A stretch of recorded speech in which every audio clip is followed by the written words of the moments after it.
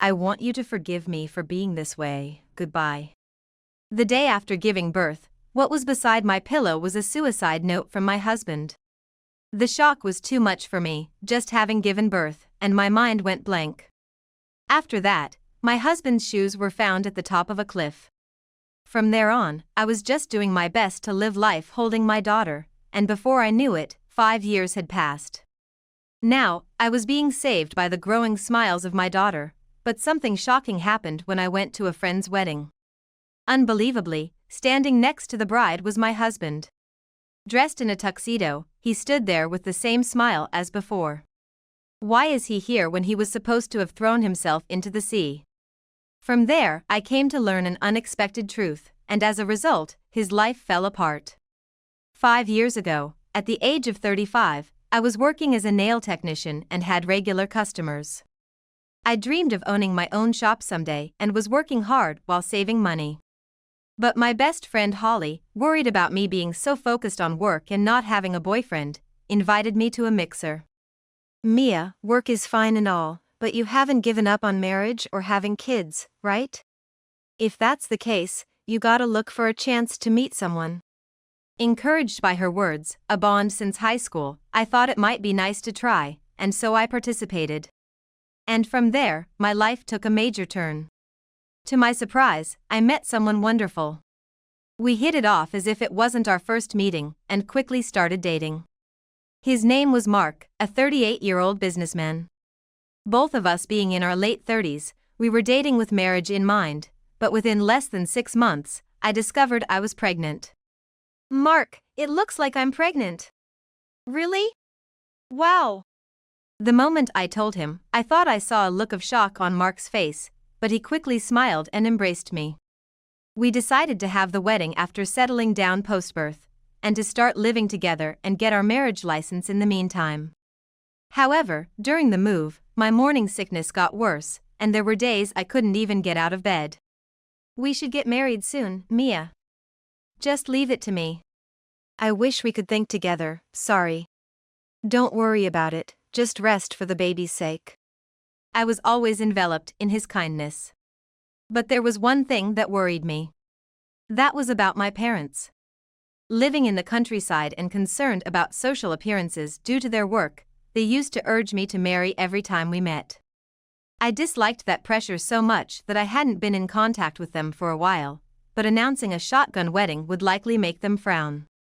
Sure enough, when I contacted them, my father yelled, "It's shameful. Don't come back home." As expected, this situation made me feel even more depressed, compounded by morning sickness, making every day gloomy. Gradually, I took more time off work and spent most days in bed, barely managing the household and eating the bare minimum. I'm sorry, I couldn't do any housework again today. Again? As these days continued, the once kind Mark began to change. Even though we were supposed to be enjoying our newlywed life and welcoming a happy day soon, the reality was far from what I had expected, and anxiety grew. I might not become a good wife or a good mother at this rate. Every day was a struggle with nausea, and I cried in bed, feeling like I was living in hell. And then, things started to go downhill. Mark began coming home late, and his time at home decreased. Moreover, when rent day came, there was no payment from Mark. We had agreed to split the rent when we started living together, and it was being deducted from my account, but I realized he had not made any payments. Hey, did you forget to transfer the rent? What's going on with the money? Just wait a bit longer. I've had a lot of expenses this month, it's a bit tight. Each time I asked, he would delay payment, and in the end, it felt like I was paying the rent by myself. And a few days before payday, he would increasingly ask to borrow money. But I'm not really working right now, and thinking about the future, I really wanted to save my savings. Being almost on leave because of morning sickness, I had reluctantly started dipping into my savings for opening a nail salon. But I really wanted to save that as much as possible. That's the thing, there was suddenly this fancy dinner I had to host, and I'm kinda strapped for cash this month. But shouldn't that be covered by work expenses? It doesn't work like that. Plus, landing this deal now could really affect my promotion prospects. Please. If he gets promoted and starts earning more, it would be easier to support the family, so I had no choice but to agree when he put it that way. But, when I glanced at Mark's arm, I noticed a watch I'd never seen before. Hey, where'd you get that watch? Notice it? Cool, isn't it? I've had my eye on this watch for a while. He showed it off to me like a kid boasting about a treasure, which kind of made me see him in that light. No, I mean, how much did that cost? What's it to you? I bought it with my own money. Stop nagging. Even though I've been paying the rent in full and lending him money on top of that, what was he thinking? I couldn't help but yell back at him. Before spending money on stuff like that, we should talk. You're gonna be a dad soon. Usually quiet me raising my voice seemed to shock Mark, who after looking surprised, awkwardly apologized. My bad. I'll be more careful from now on, okay? Seeing Mark sincerely apologize made me wonder if things would be alright when the baby came, but I still had this vague feeling of unease. After that, Mark started coming home less and less. As my pregnancy progressed into the later stages, an unexpected situation occurred during a prenatal checkup. What? Hospitalized? Right now? At the checkup, they said it's a threat of premature birth. There were still about 2 months until the due date, but the doctor recommended hospitalization to keep the baby in as long as possible. The suddenness of the situation was shocking, but I was determined to do whatever it takes to protect my unborn child. So there I was, lying in the hospital bed, looking forward to the arrival of my baby, but obviously, doing nothing but resting all day got boring fast. During this time, my friend Holly frequently came to visit, which was a godsend. She's currently working at a detective agency specializing in infidelity cases, and every time she visits, she would tell me all sorts of work stories within appropriate bounds, making me laugh. Even if someone cheats, they always get caught, huh? That's right. When I fell silent, Holly leaned in and asked, Wait, you don't think Mark's cheating, do you? It's not that, but... I ended up pouring out everything that had been bothering me. Mark being away from home so often is suspicious. Holly's grave expression made me think, oh, I knew it. All this time, I might have been suspecting something but chose to look away. Just to check, did you make sure your wedding was actually organized? What? I haven't checked, but no way. Holly's unexpected words took me by surprise. I hadn't even considered doubting to that extent. Sometimes you find men like that. I don't know if Mark is the same, but it's better to check. Torn between feeling like I shouldn't doubt my husband so much and wanting to clear up my uneasy feelings, I couldn't make up my mind. Then, Holly suddenly stood up. It's better to clear things up.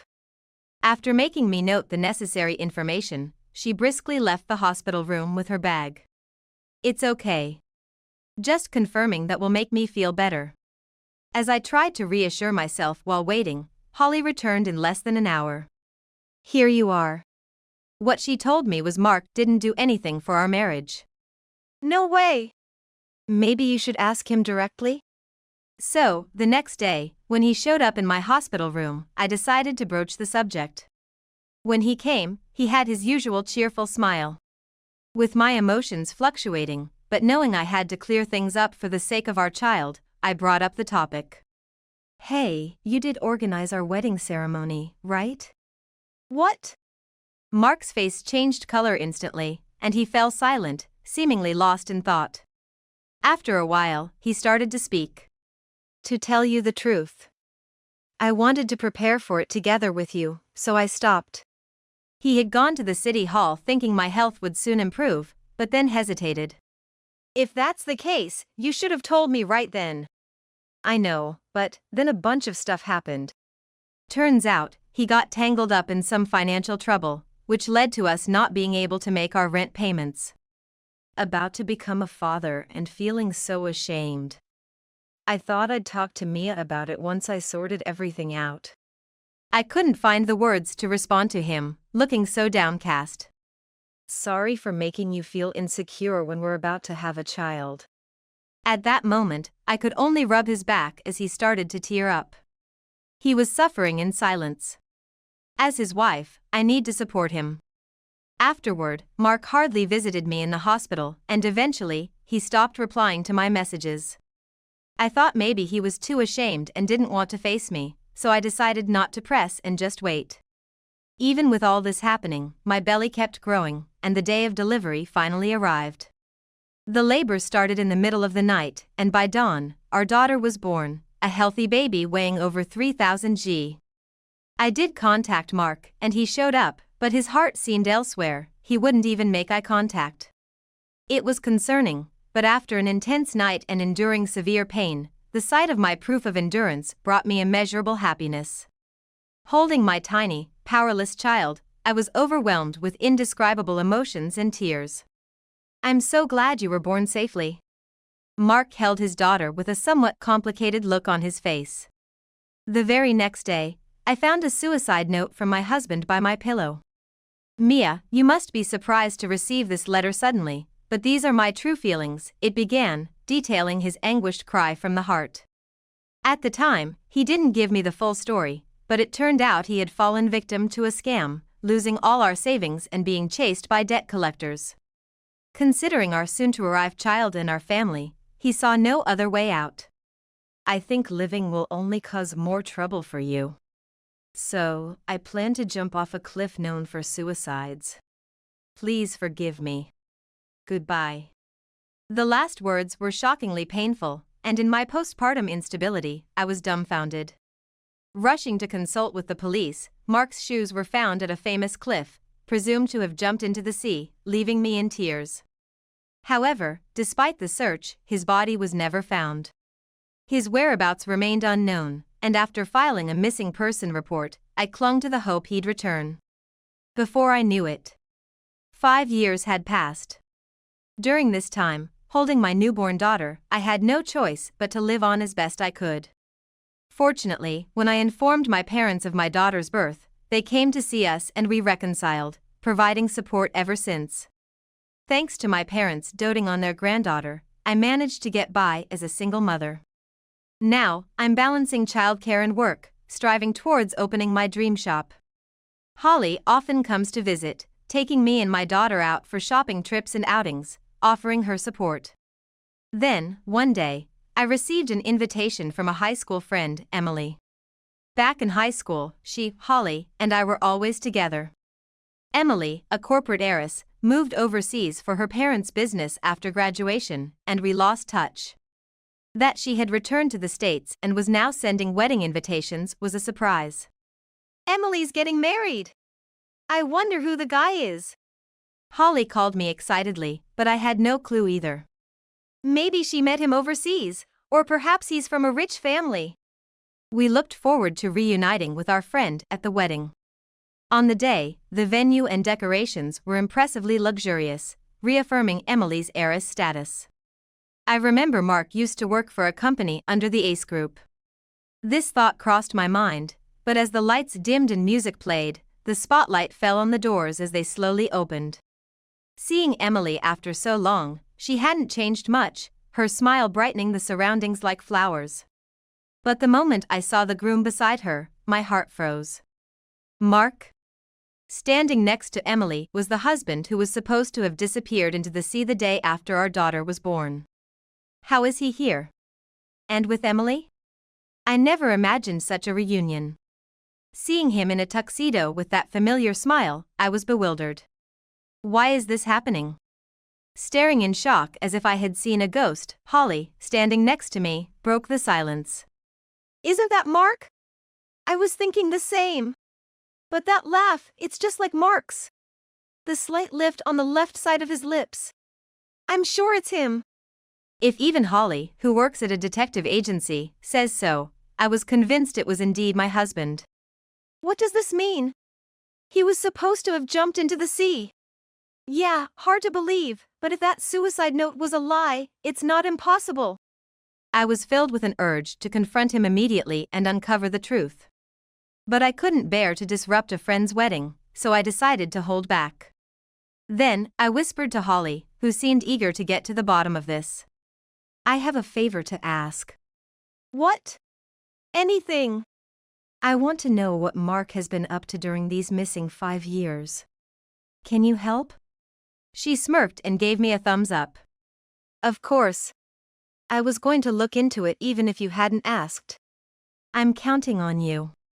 The next day, we began our investigation into Mark. Holly even took time off work to start tailing him. As we delved into what had happened, we stumbled upon a shocking truth. I can't believe Mark was such a person. I was hit with a strong shock, almost collapsing. But now that you know everything, you won't let him get away with it, right? Of course not. I won't let it end like this. So, we decided to take action against Mark. A few days later, we attended a party to unveil Emily's husband, Mark, which we had secured invitations for by a certain method. Searching for Mark in the vast venue, we found him at the center of a crowd. Mia, there he is. What do we do? He's surrounded by a lot of people. Then we have no choice but to go straight through. Straight through? Wait, Mia? Ignoring Holly's attempts to stop me, I confidently walked towards Mark, clicking my heels with each step. As I came into his view, he froze, staring at me in surprise. I approached with a smile, and Emily, noticing me, greeted Mia. Thank you for coming today. You're welcome. And Mark, long time no see. As I smiled at him, his face, which had been smiling, suddenly tensed. Well, Mark. Why are you here? Weren't you supposed to have jumped off a cliff? My loud, seemingly shocked question drew the attention of those around us. Emily also demanded, "What's going on?" Mark, you know Mia? Well, you see. As the confusion grew, Mark started to visibly panic. Emily, you might not believe this, but listen. This man, Mark, was supposed to be my fiancé up until 5 years ago. Emily, grabbing Mark's chest, shook him violently. What do you mean, Mark? Actually, I began, recounting everything openly so that everyone around could hear. He had disappeared after leaving a suicide note the day after our child was born, 5 years ago. Since then, I've been living as best as I could. The murmuring in the venue died down, and all eyes were on me. But if Mark is alive, that means the suicide note was just for show, right? I stood in front of him, pointing. The reason you left us was to marry Emily.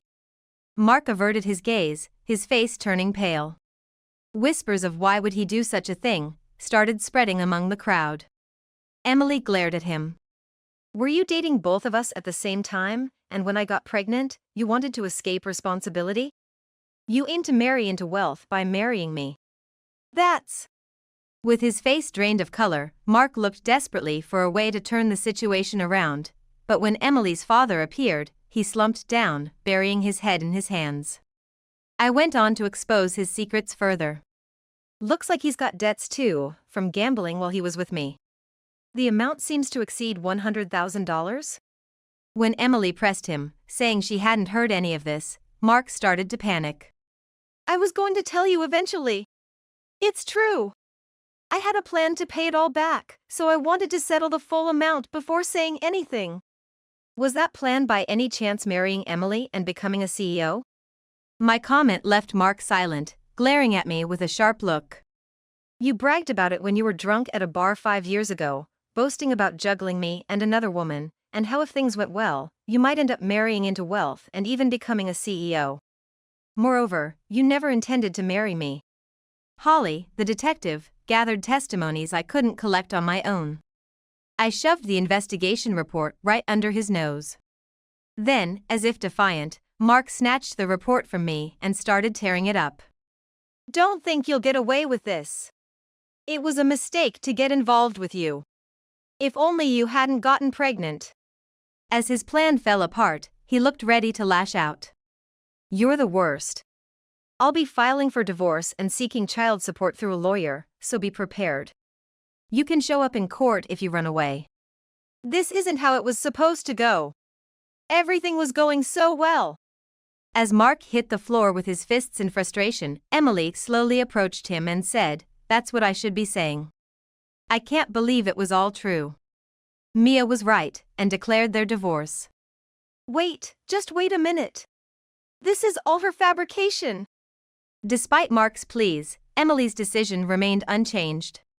Partly because Holly and I had already met with her and told her the truth. That's why she was the one who sent the invitation for today. As Emily brushed off Mark's hand and stood beside Holly and me, she gave Mark a cold look. That's not possible. Emily, please reconsider. After a while of Mark apologizing tearfully, Emily's father scolded him, and he finally quieted down. Moreover, Mark, who worked at Emily's company, received a direct dismissal notice from the CEO on the spot, losing his job and everything. It's all Mia's fault I can't become a CEO now. You brought this on yourself. Oh, I forgot to mention, I'm also a CEO's daughter. What? You are? Caught off guard by the sudden revelation. In fact, my father also runs a business, hoping either I or my future husband would take over someday. That's why he kept pushing me about marriage and worried about my public image due to my early pregnancy. I didn't have the chance to tell because I became estranged from my parents after getting pregnant. But well, it all worked out for the best. So, if I had stayed married to you, I could have become a CEO? Suddenly, Mark grabbed my hand and kneeled. Let's start over, even now. A child should have a father, right? No way. The last thing I want is for someone like you to be a father. I never want to see your face again. Taken aback by my complete turnaround, Mark was left speechless and in a daze. Leaving him behind, Emily, Holly, and I left the venue. After that, Emily and Mark officially divorced. Her father was furious, vowing to claim compensation by any means necessary. I, too, filed for alimony and child support through a lawyer. Mark ended up shouldering over $300,000 in debt, working tirelessly day and night, looking worn out. Now, Emily, Holly, and I often get together for lunch and enjoy happy times. At 40, I finally achieved my dream of owning my own store. Recently, my 5-year-old daughter has shown interest in nails, and we play the nail salon together. In those moments, with my daughter's endless smiles, I feel the simple joy of existence and am enveloped in a calm peace.